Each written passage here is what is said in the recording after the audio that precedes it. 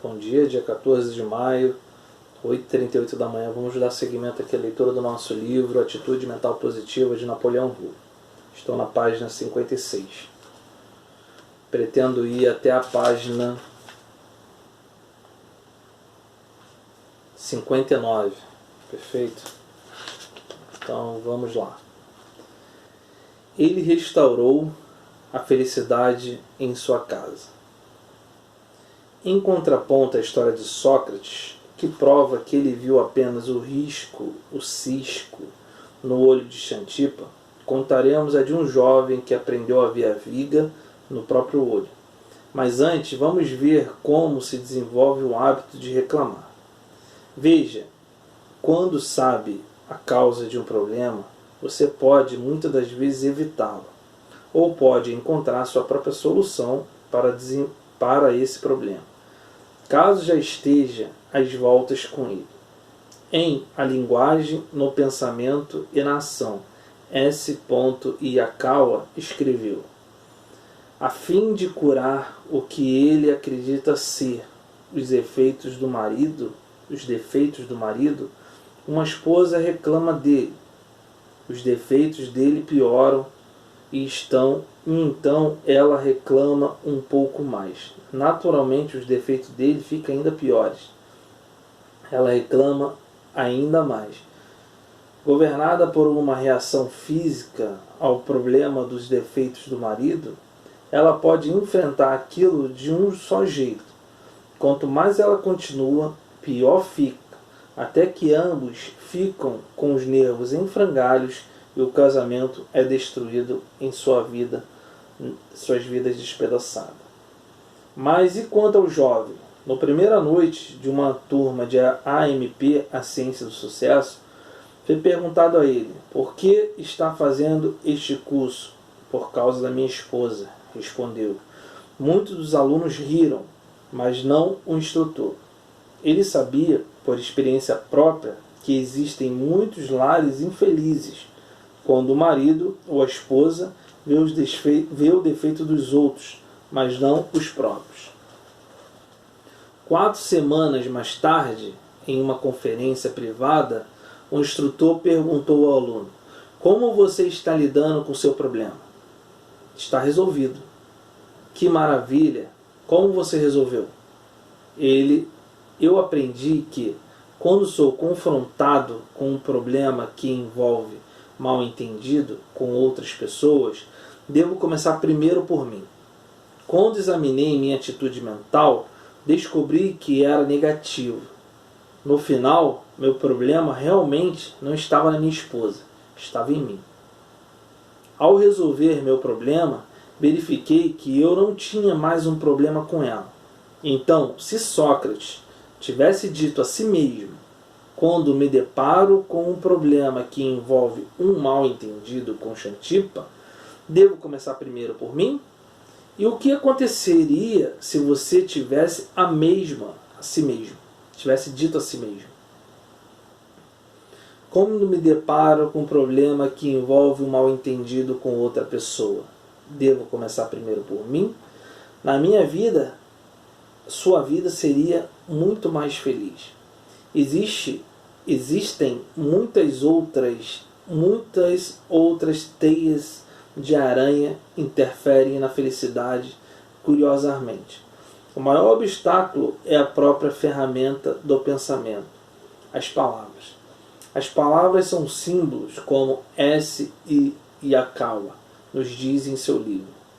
E você vai descobrir que um símbolo de uma única palavra pode significar para você a soma tal de uma combinação de números e ideias, conceitos, experiência.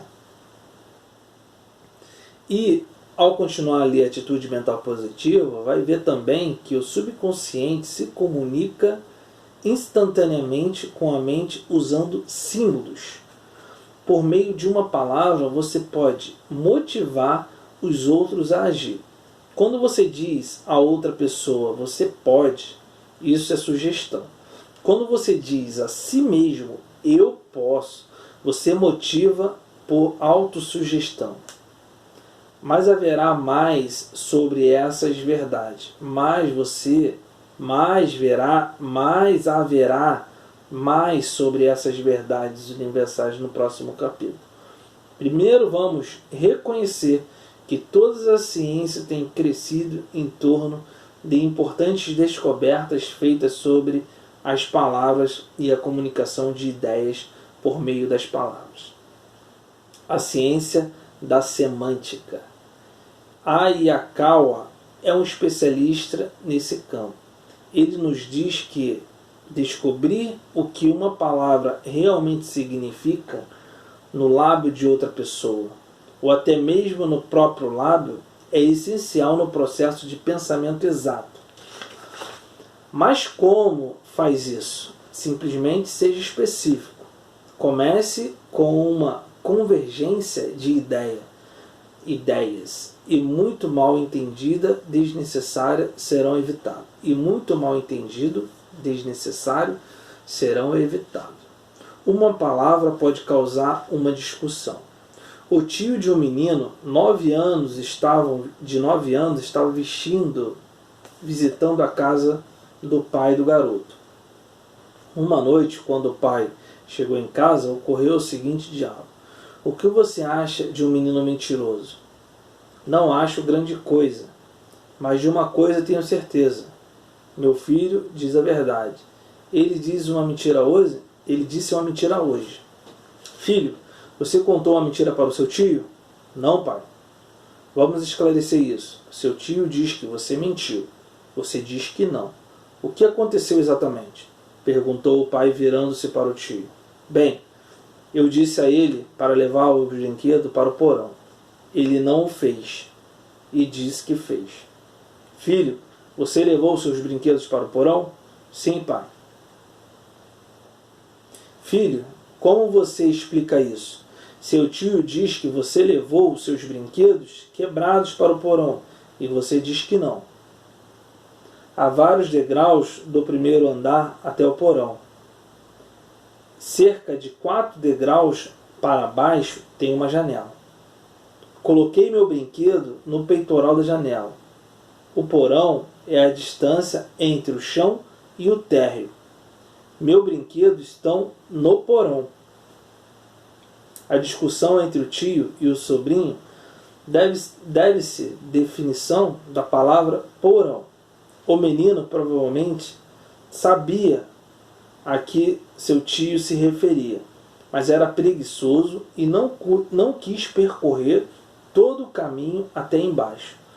Quando foi confrontado com a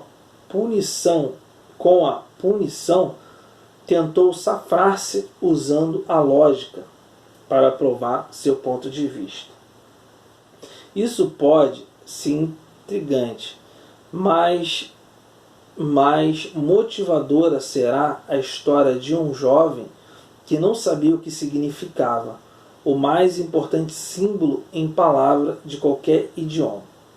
E qual é a palavra mais importante em qualquer língua? Essa palavra é Deus. Vamos começar com uma convergência de ideia.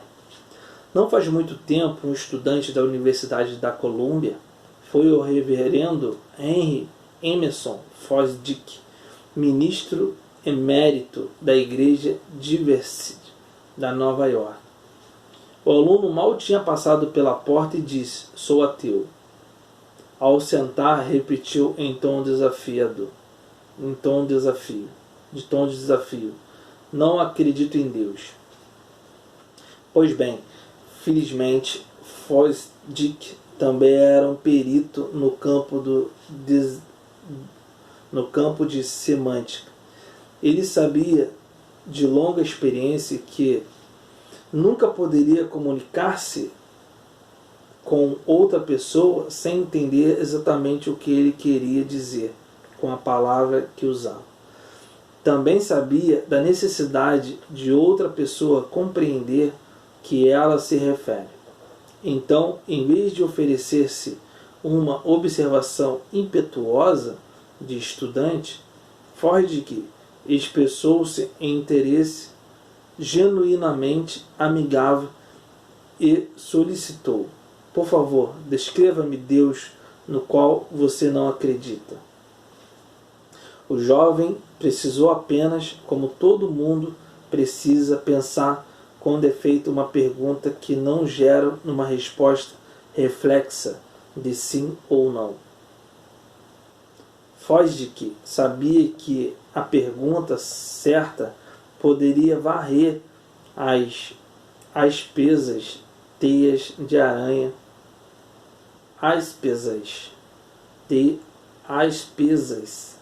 espessas teias de aranha do pensamento negativo da mente do jovem.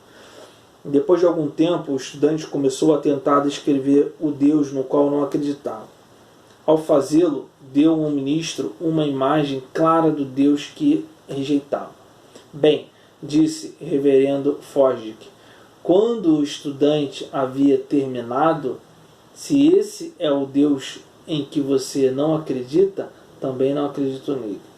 Então somos ambos ateus.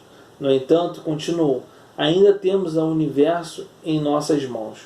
O que você acha disso? Sua formação, seu significado. Antes do jovem deixar Fosdick, descobriu que não era ateu, mas um ateísta muito bom. Ele acredita em Deus. O reverendo Fosdick não deixou abalar pelo uso indefinido de uma palavra. Nesse caso, ele ajudou a varrer as teias de aranha do pensamento do jovem, fazendo perguntas. A resposta simples e clara a respeito daquilo em que o jovem não acreditava foi o suficiente para permitir uma convergência de ideia. A segunda pergunta dirigiu o pensamento do jovem para canais apropriados e deu a Fosdick a oportunidade de explicar o significado de Deus universal. Então é isso, muito obrigado, fiquem com Deus e um ótimo e maravilhoso dia. Tamo junto. Próxima leitura, vou começar aqui na página 60. Tchau, tchau.